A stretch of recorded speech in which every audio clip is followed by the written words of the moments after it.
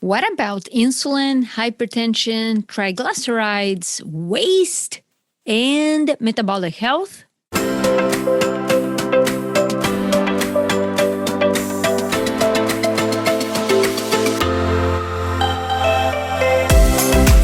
Welcome to BFAB BU Made Simple, your daily dose of inspiration designed to help you reinvent yourself by optimizing your body and mind. I am Maria Horstman, a health editor and coach, a fitness trainer, a speaker, and an entrepreneur, founder of BFABBU.com. Our episodes are short and will bring you valuable content and practical nuggets for optimal health and fitness that you can implement ASAP. Let's get you to feel fabulous every day. Are you ready? Check out the show notes too. 1, schedule a free call with me to discuss a plan to take your health to the next level. 2, submit a question to be featured in our Ask Me Anything episodes on Sundays. Connect with me on social media and much more. Hit the subscribe button, and if you like what you hear, share with your friends and leave it a rating.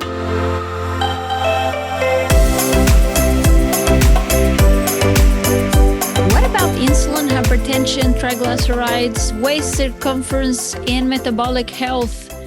What's up with all that? Welcome back to the BFAB BU Made Simple podcast. I'm so happy you're here. I am Maria Horstman, your host. I'm also the founder of BFABBU.com. And this is a health and wellness company dedicated to empowered, stressed out, and sugar lover to optimize their weight and health so they discover vitality, happiness, and lead a fulfilling life. Isn't that a beautiful thing? So if this is your first time listening to the show, August is about metabolic health, and this is August 2021, by the way. So I encourage you to listen to episodes 54 and 55. And the last episode 55, I talk about the amazing players, glucose, insulin, and insulin resistance. That is to set the stage for what we're going to keep talking about going forward, especially today. I really want these concepts to be part of your life and in your brain forever. Okay? Hear me out here. I know. Since visual often helps me to solidify concepts, I thought that might help you too. So I found 2 awesome animations for you to see. And I added the links to the episode's transcript, which you'll find in the show notes. So after you listen to here, go to the episode transcript and dig these animations and spend a few minutes. They're short animations. You're going to love it, love it, love it. This is going to make so much sense too. So the first animation is developed by Mechanisms in Medicine, and it shows the role of insulin in the human body. And the other animation came from Professor Mike Lawrence's laboratory at the Walter and Elisa Health Institute. This shows how insulin binds to the amazing, beautiful insulin receptors that I love to talk about. I love those little guys. So this receptor cell, they sit on the surface of the cells. So you also be able to see what happens when the receptors are working well and when they are resistant to insulin. So that's, my friend, something that you don't want it to happen. So I want you to visualize this. I want to see how amazing the body is. And you're going to really appreciate, you're going to imagine, like I do, how the things are working internally. So literally, when I saw this little animation and video, put a smile on my face. And I decided to kind of, edit here. So I hope you take a minute to check it out, okay? So in today's episode, I will talk about how insulin and insulin resistance impact 3 of the 6 metabolic biomarkers. And that is waist circumference, triglycerides, and hypertension. All very important stuff. Okay. I'm not going to restate details of each biomarker to save us time. If you need a refresher, go back and listen to episode 54 about that. Okay. And also remember that I add links to the studies and citations to the transcript of the episodes. And obviously, if you are looking to work with me one-on-one to transform your health and quality of life, I'm here for you. Book a call and let's talk. Be ready to rock and roll. So go to bfabbu.com and to schedule a call. And I look forward to talking and working with you. Now let's get ready and grab your notepad and let's talk about these awesome things. So now that you know what metabolic health is, what the key biomarkers of metabolic health are, and understand the roles of glucose, insulin, and insulin resistance, and I mean the roles that they play in the body, let me drive your attention to the relationship between insulin and insulin resistance with biomarkers of metabolic health. Why? Well, it's just because the number of people with insulin resistance is staggering high and growing, and most of these people don't know they have it. So it is my job as a health and wellness coach to keep talking about it and reinforcing this topic and making it more aware among listeners. So how insulin and insulin resistance relate to waist circumference? When we talk about insulin resistance and waist circumference, a study has showed that waist circumference is one of the biggest risk factors for insulin resistance and explains more than 50% of insulin resistance variation using the waist to hip ratio, which I've talked before. So the type of fat around the waist matters as well. And I want to drive this topic home here today. So another study found that independent of body type, visceral fat was closely related to insulin resistance. Now, the bond between insulin resistance and abdominal obesity helps us come to the conclusion that there is a biological link at the fat cell level. So hyperinsulinemia, which is defined by higher than normal amounts of insulin in the blood, activates an enzyme, 11-beta hydroxysteroid dehydrogenase, in adipose fat, including visceral fat. So again, insulin activates this enzyme. Now, visceral fat is the kind that we find between the abdominal organs. It's in between the organs. So compared to subcutaneous fat, which sits between the skin and the abdominal wall, the visceral fat is very active and with a greater potential to cause inflammation and diseases. So we want to keep that type of fat to the minimum levels, okay? And there is a way for you to measure that. We'll talk about that in more details another time, but DEXA scan with body composition is one way you can look into that. So hence, waist circumference has become a tool to identify people with a greater risk of insulin resistance or identify people with insulin resistance. So if you haven't done so, my friend, I want you to grab a tape measurement and let's measure that belly. I know. You might want to take the shirt off and all that kind of stuff. Just grab that and put it right around the waist. The ideal measurement is below 35 inches for women and below 40 inches for men. Okay, go and get that done if you haven't done that in a while, especially if you feel like that belly is popping up a little bit more than what you would like to see, right? So next, go to the next topic, which is how insulin and insulin resistance impact triglyceride levels, especially in the fact that elevates triglyceride levels. Well, we know that insulin regulates carbs, protein, and fat metabolism. We also know that muscles, brain, liver, and fat cells can become what? Insulin resistance. Yes. So insulin, when it's working properly, will tell the fat cells to store fat. Well, that's what it does very well.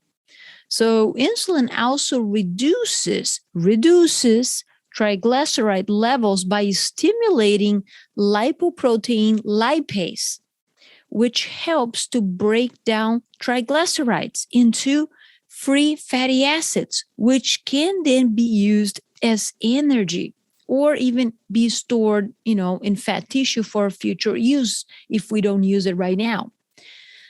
An unbalanced diet, rich in excessive in simple carbs and sugars, will do what? Will keep our blood sugar elevated, so we'll keep our insulin levels up as well.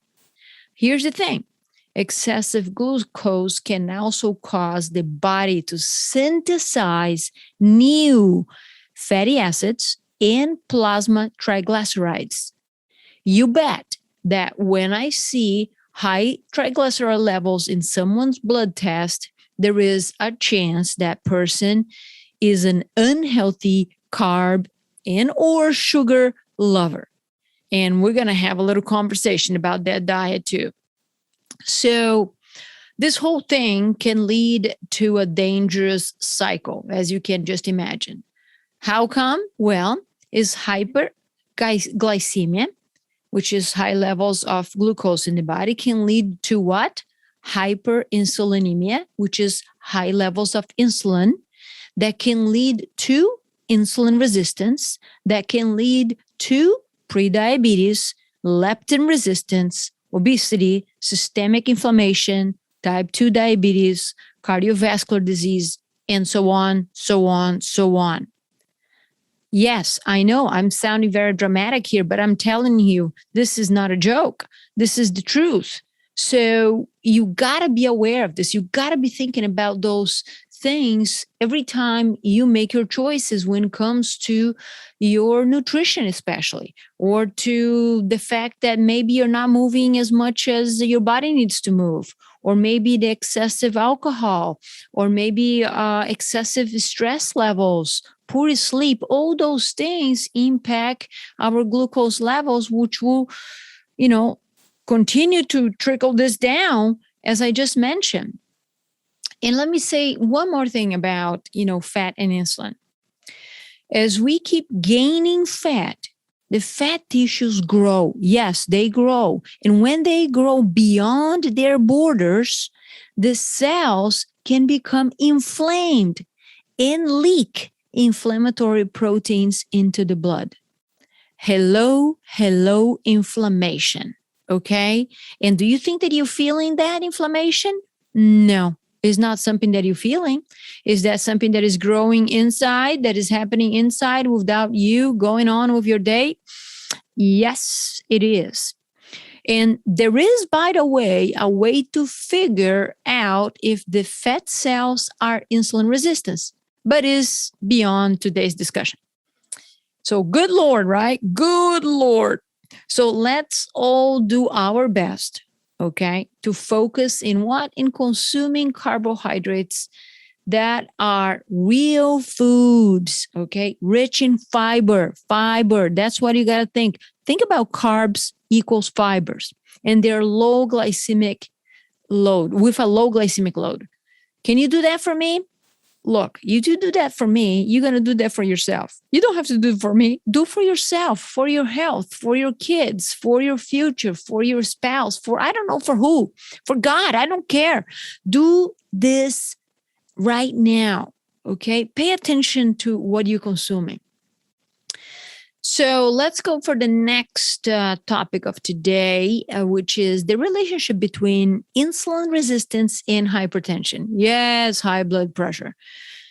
So when it comes to insulin resistance and hypertension, there is plenty of evidence that they are related. Actually, it's becoming more evident that insulin resistance can cause high blood pressure.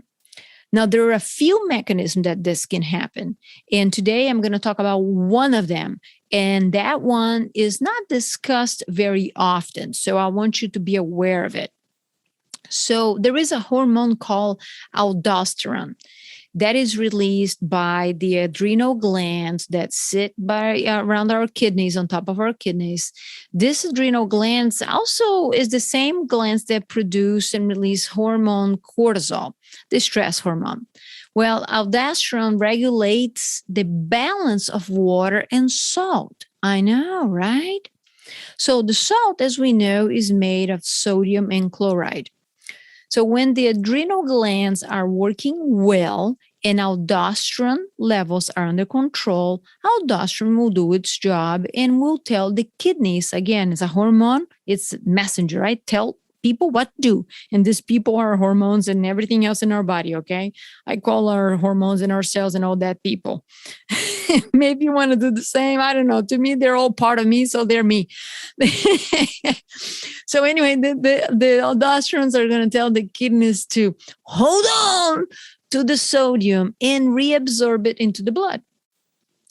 Now, when more aldosterone is released, more sodium is retained. So does water. We all know about the duet of sodium and high in water retention, right? So, well, more water in the blood, that means that there is a higher in volume, in the blood. This volume, in order to be managed properly in the body to do what it needs to be do to keep a homeostasis, is going to do what? Is going to have an increased pressure. So the higher blood pressure is needed to manage the increased blood volume. Okay. So how does insulin impact this process? Well, our body naturally increases aldosterone. Actually, the insulin increases naturally aldosterone, okay?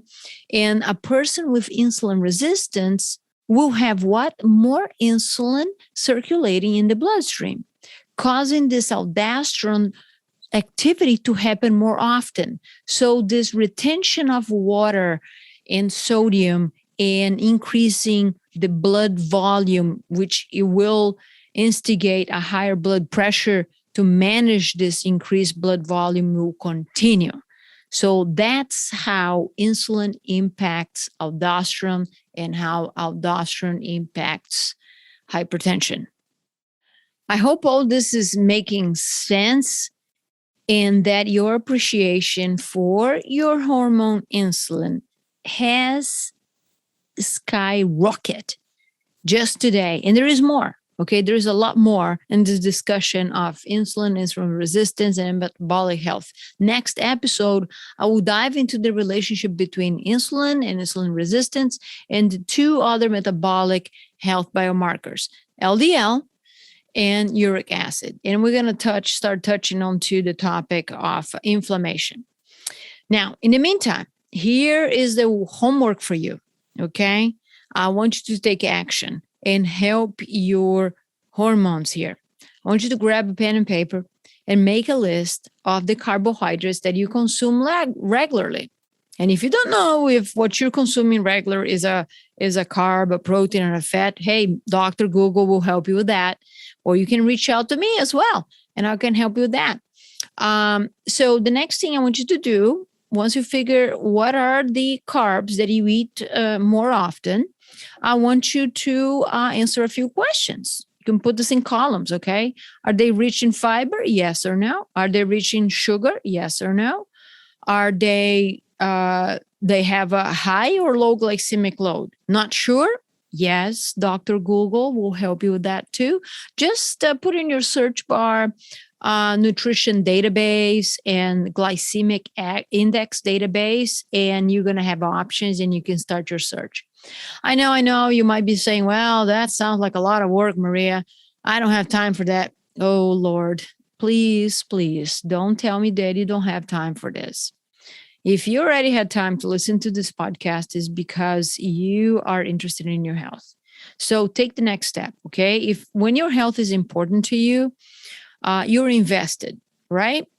And when you're invested in transforming it for better, you will not mind taking charge here. And that taking charge is learning. That taking charge is actually researching. That charge is looking for help and getting help as needed, because you will realize that this is time for you to change. Okay? So do this for yourself, for your family and friends. I don't know. God, I don't care who you're going to do that for. But do this. You deserve this. You deserve this. So that's it for today. Thanks for listening. Thanks for sharing this episode with a family member and a friend.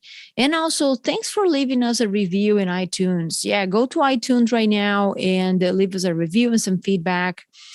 Your review will help the show grow and reach other awesome people like you. And of course, I would love to hear from you too, your experiences, questions, comments. You can leave me a note either via audio or send me an email. In order to do that, go to bfabbu.com/podcast question. And I look forward to hearing from you. So talk to you soon. Thanks again, and ciao, baby. Thanks for listening to the BFABU Made Simple podcast. Can you do me a favor? If you enjoyed this episode, share it with a friend and leave it a rating. It helps the podcast, and I really appreciate it. If you're wondering where to start, head over to my website, linked in the show notes, to sign up to receive encouragement, tips, and strategies to maximize results. While you're there, download a free health guide to get you started today.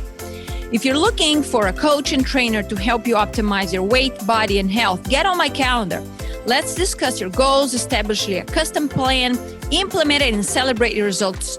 Together, we can do this.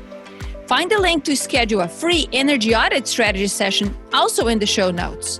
Connect with me on social media. I would love for you to let me know that you're listening to the show. Also, see the show notes for the links.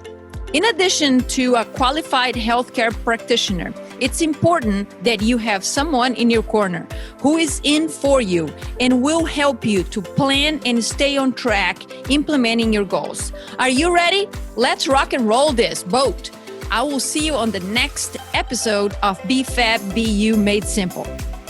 Just a reminder that this podcast is for educational purposes only.